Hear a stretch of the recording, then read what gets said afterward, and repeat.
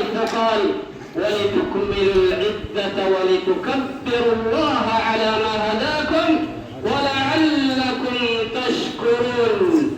عباد الله، كونوا أنقياء السريرة في هذا العيد، اصفحوا واعفوا، فكنتم تقولون في اللهم إنك عفو تحب العفو فاعف عني أو فاعف عنا.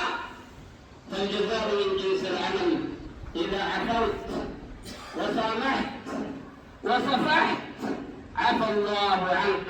فاصفح عن المؤمنين وكن سليم الصدر تجاه المسلمين، فإن سلامة الصدر نعيم في الدنيا وراحة للبدن ورضوان الله في الآخرة. والمحبة بين المسلمين غاية عظمى من غايات الإسلام.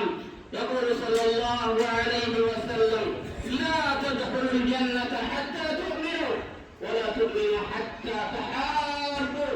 أولا أدلكم على شيء إذا فعلتموه تحاببتم؟ أفشوا السلام بينكم.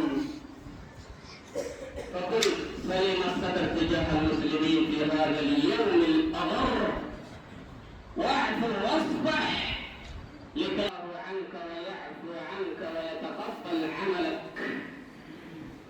عن عبد الله بن عمرو رضي الله عنهما قال: قيل لرسول الله صلى الله عليه وسلم: أي الناس أفضل؟ قال كل مخموم القلب صدوق اللسان.